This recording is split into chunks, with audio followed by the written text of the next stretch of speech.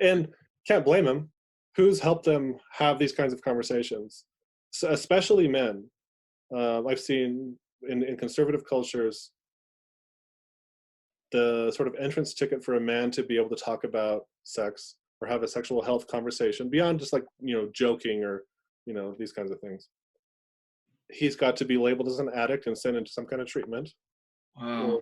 or even worse, even much worse, he's got to have offended in some way, or, spouse sent them in.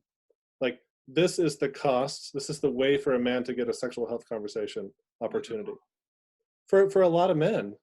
um, Women to some degree, but I found that more women that I talked to said, "Oh yeah, I had a few friends growing up, and we could talk about like what's it going to be like on the wedding night, or sexual relationships or things like that." But with men, oh yeah, I could never talk to my guy friends. Like we go golfing and we'll joke about sex, but we don't really talk about it.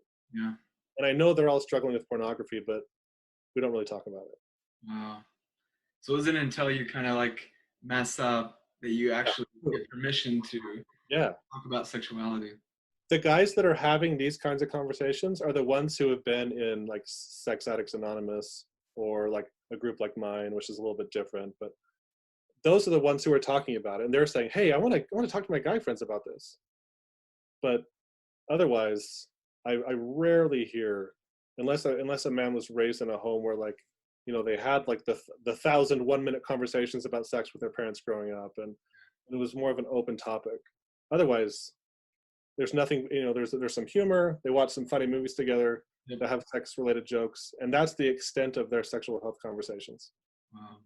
And then pornography online and sexual imagery online, which everybody agrees, whether they're however, whatever they think about pornography and the ethics or the morals of it, it's a horrible educator.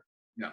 uh, the media, like movies in general, like you could just say, take like a TV show like Friends or whatever, this is not good sex education. No. But that's where they're getting it.